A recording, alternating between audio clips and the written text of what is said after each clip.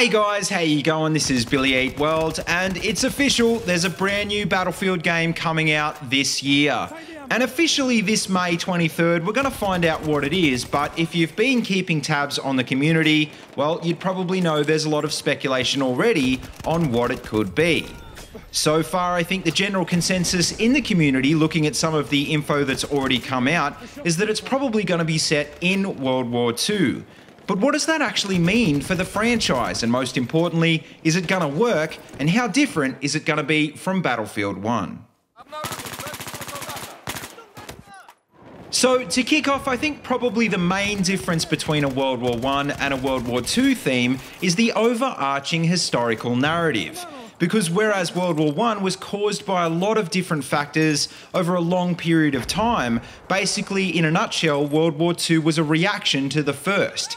What I mean by this is because of how World War I ended, countries like Germany were not only destabilised, but they were also kind of out for revenge. And that paved the way for some of history's greatest villains like Hitler and Stalin to come to power, characters that just didn't really exist in the previous war.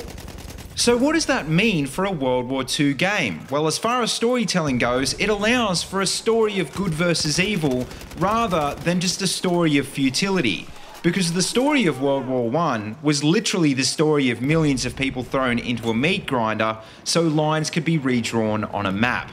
And admittedly, DICE did do a pretty good job of trying to tell emotional stories in the single player portion of Battlefield 1, but for me, as hard as they tried to make BF1 a historical experience, it never really felt truly authentic, and it probably wouldn't have been that fun to play if it really was.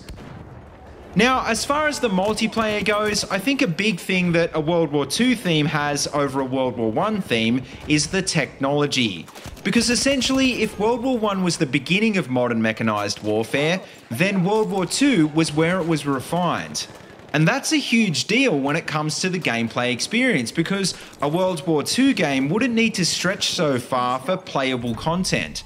For example, it wouldn't need to have so many experimental weapons, and I think most importantly, it wouldn't need 2 or 3 different variants for every gun just to pad out the weapon list. Not just that, things like automatic weapons and armoured vehicles had by the 1930s been refined to the point that they were actually very effective. And not just that, things like attachments were starting to make an appearance at the time, although not obviously to the levels like we see these days. Most importantly though, counters to technology which emerged in World War I, like tanks and aircraft, were also becoming common by the Second World War. Which means unlike BF1, a World War II Battlefield game would probably feel a lot more like the older games in respect to piloting and dealing with vehicles. Now, finally, just to feed off the last point, the last thing I want to talk about in this video is how World War II technology could also give this setting an advantage over a modern setting. And I understand that probably doesn't make a lot of sense, but if you have a think about what annoyed you in games like BF3 and BF4, you'll understand what I mean. I mean, just think about lock-on missiles, for example, or gadgets like the remote mortar and the UCAV. These are all things us veterans complained about over and over again back in the day, and they're all things that just don't really fit into a World War II theme. Not just that, I think another interesting thing about World War II is that it's a time before the Cold War and the massive alliances like NATO that it formed. And the reason that that's important is because with those alliances came equipment standardization, which is why, if you remember from the BF4 days, a lot of the guns felt very similar. Even things like armoured vehicles and aircraft after the war steadily became more closely matched, which is exactly what we saw in BF3 and BF4.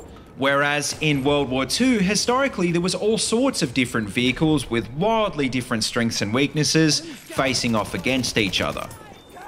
But anyway guys, I think that just about wraps up this quick video, so hopefully now if you had any doubts about a possible World War II theme, you're feeling a bit more confident. I know I am, and to be completely honest, I don't think I've been this excited for a Battlefield game since 2013, which is definitely something I wasn't saying when BF1 was announced.